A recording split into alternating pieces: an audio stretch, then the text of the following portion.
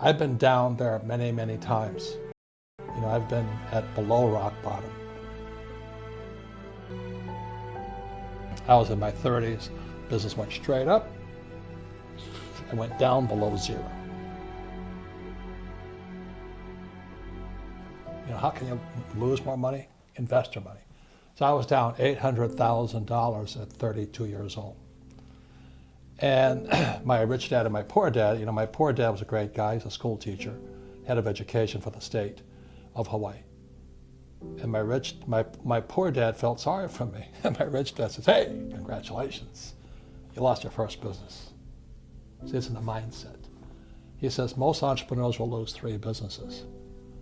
So rather than run and declare bankruptcy, he says, look, go talk to all your investors, tell them you messed up, you know, tell them you're going to work it out, you're going to pay them back, and go fix that business of yours. So rather than run and hide like some of my partners did, this is in Hawaii where I started the Velcro wallet business. I had to go back in and kind of find out most of the mistakes I made.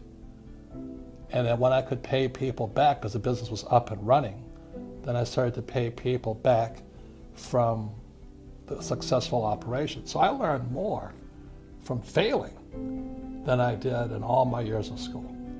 So that was really good. And then I took my little nylon wallet company out of the surfer market, and I took it into rock and roll, of all things. So then I learned how another whole end of entrepreneurship, and that's what paid off my $800,000 in debt. So I always look at failure as an opportunity to learn and get bigger. And in real life, the people that make the most mistakes are the smartest people. You look at when I play golf, you know, I go out there and I practice, but I don't practice 1/100th of practice making mistakes. You know, you practice to make mistakes, right? So guys like Tiger Woods, this guy Jordan Spieth, McIlroy, they've made more mistakes than I ever will. So the guys that make the most mistakes in life win, except in school, because you get punished for making mistakes. So it's just in your mindset.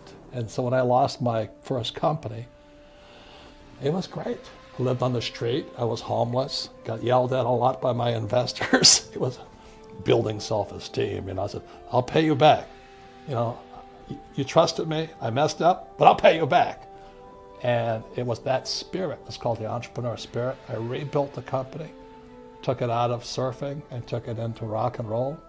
So I was working with Duran Duran, Van Halen, the Police, and old bands, and we pulled that out of bankruptcy. I never declared bankruptcy, but I paid back my investors. I still had no money, but I paid back my investors. You wake up tomorrow morning and you're on the street and you have nothing. You don't have a single contact in your network. All you have is the knowledge and experience that you've had throughout your career. How do you build up from there? Well, I've been there many times. So it's no big deal. You just figure out what's needed and wanted and you go do it. You know, people always kind of dump on, fast food industry. If I had to do it again, I'd go work for McDonald's. And the reason I go work for McDonald's, you know, whether it's $7 an hour or 15, I don't really care. I don't really like McDonald's food, but they have the best business systems in the world.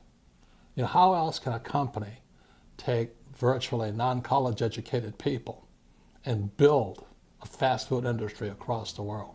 And they have the best system. So right inside little McDonald's, you can learn everything you need to learn about business except for the management side of it. So I just go work at McDonald's so I can learn even more. So I look at life as learning. I'm constantly learning. You know, I'm reading constantly, studying constantly. I spend most of my time with entrepreneurs. I don't spend my time with people who complain about the economy, you know. So nothing will really change. I just go back to being an entrepreneur. You know, you better have a spirit that's so strong. You cannot let other people's opinions and criticisms. At that point, he started to learn. He says, I learned a lot from my last business. Let me take what I learned from my last business and put it into this business. The same as I said, I was in surfing when my my nylon business went down, I took what I learned and transferred it to rock and roll. You know what I mean? And then I transferred it into education. So today I'm an entrepreneur in education. I teach entrepreneurship because I understand what entrepreneurship is. The trouble with most entrepreneurs are self-employed. So they quit their job. And you know, in America today, the SBA, the Small Business Administration, says there's 28 million small business owners. 28 million. 24 million are classified as non-employers. Remember, they're a one-man team. You know, they'd be like this guy, say, okay, I'm going to take you on. Are you crazy? But that's what most entrepreneurs are trying to do. Because that's what they're taught to do in school, to be the rugged individual. The team is the hardest part of the game. You know, like, that's like, okay, I'm going to take on the Cleveland Cavaliers next year. Who am I going to put on my team? Well, my brother-in-law, who's fat and ugly. You better choose your team really carefully. Or, you know, my son needs a job. He's a drug dealer, but he played basketball in high school. And that's what entrepreneurs do. They don't choose their team with any kind of precision.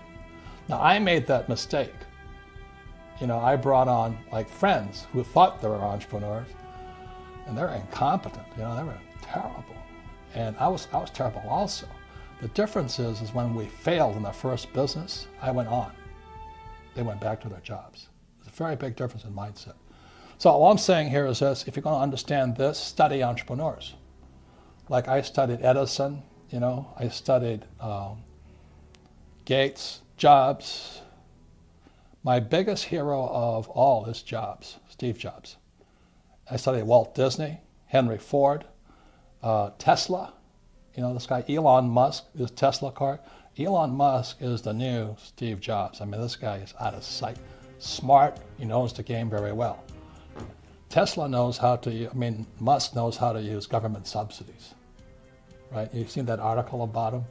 50 billion or 5 billion in government subsidies.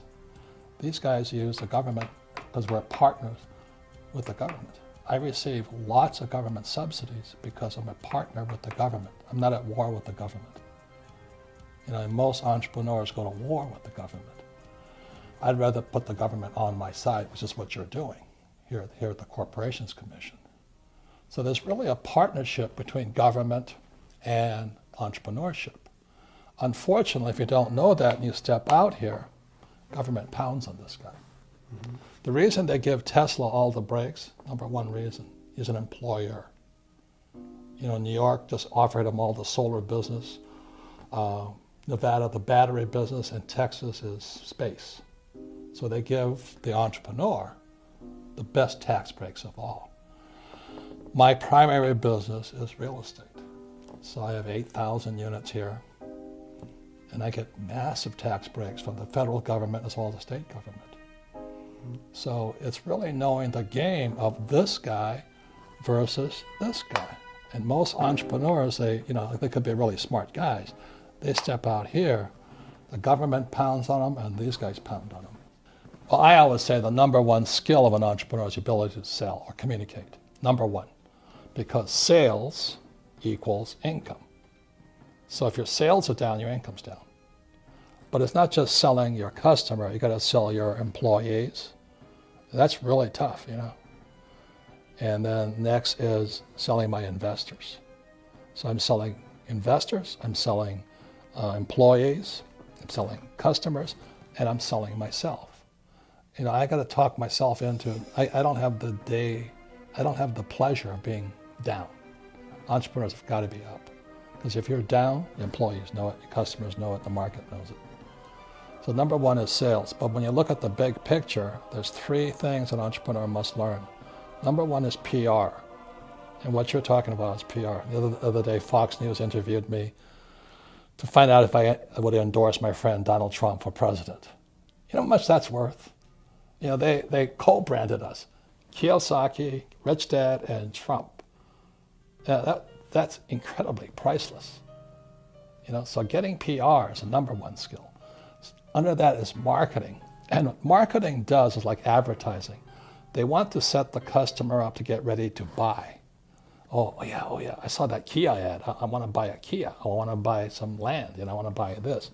So the customer is now primed to buy. That's marketing's job. Then the last thing is a sale. So if you've done a really good job on PR, then you've done a great job on marketing. The sale is like that. They walk in, they buy.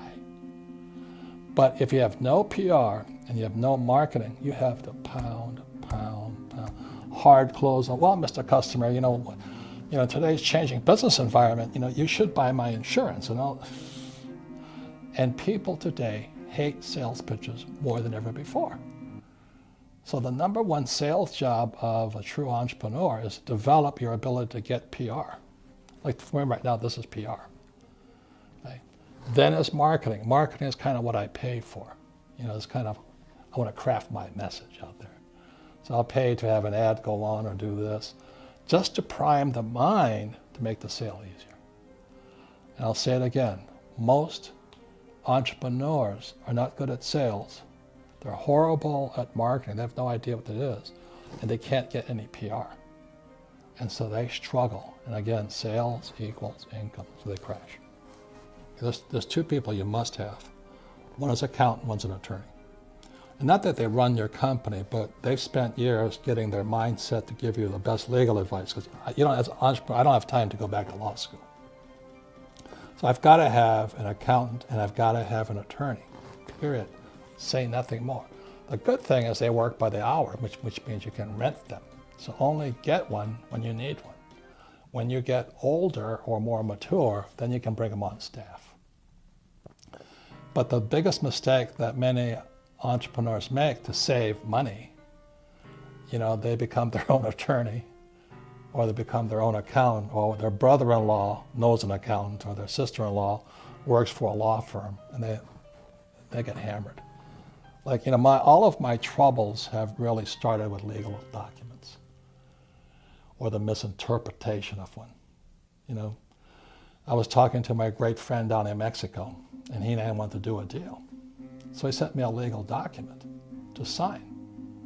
And I said, hey, I never agreed to a contract. Oh yes, we had a deal.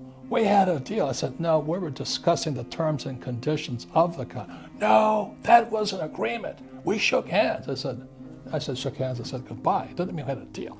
We had a deal. Broke the partnership apart.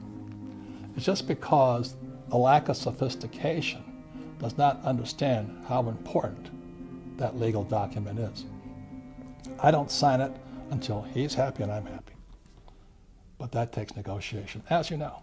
So it's, unfortunately, more important than ever before today is that legal document. How do you pick the right attorney? I've had some of those horrible, crooked, deceptive, nasty attorneys I've ever met. Same as accountants. What I found out, the accountants and attorneys who went to the biggest schools are not the best. I have found what I'm looking for is somebody who may be a private guy who is passionate about entrepreneurship. So they're a great attorney for entrepreneurs. They're not, most attorneys are looking for the big client, like I want to work for, General Electric. What I want is the attorney and the accountant who are passionate about it being entrepreneurs. So my guys right here in Phoenix are entrepreneurs, and my accountants are entrepreneurs. Every time I hired the big name corporate and law accounting firms, I have been grossly overpaid and underserved because they're so used to doing bigger things, they don't have time for a little guy like me. It's the same with bankers. I'm looking for a banker who loves being an entrepreneur. You got to have this partnership with the banker. I dump on the financial services industry a lot, and they deserve to be dumped on, but you got to have one on your team.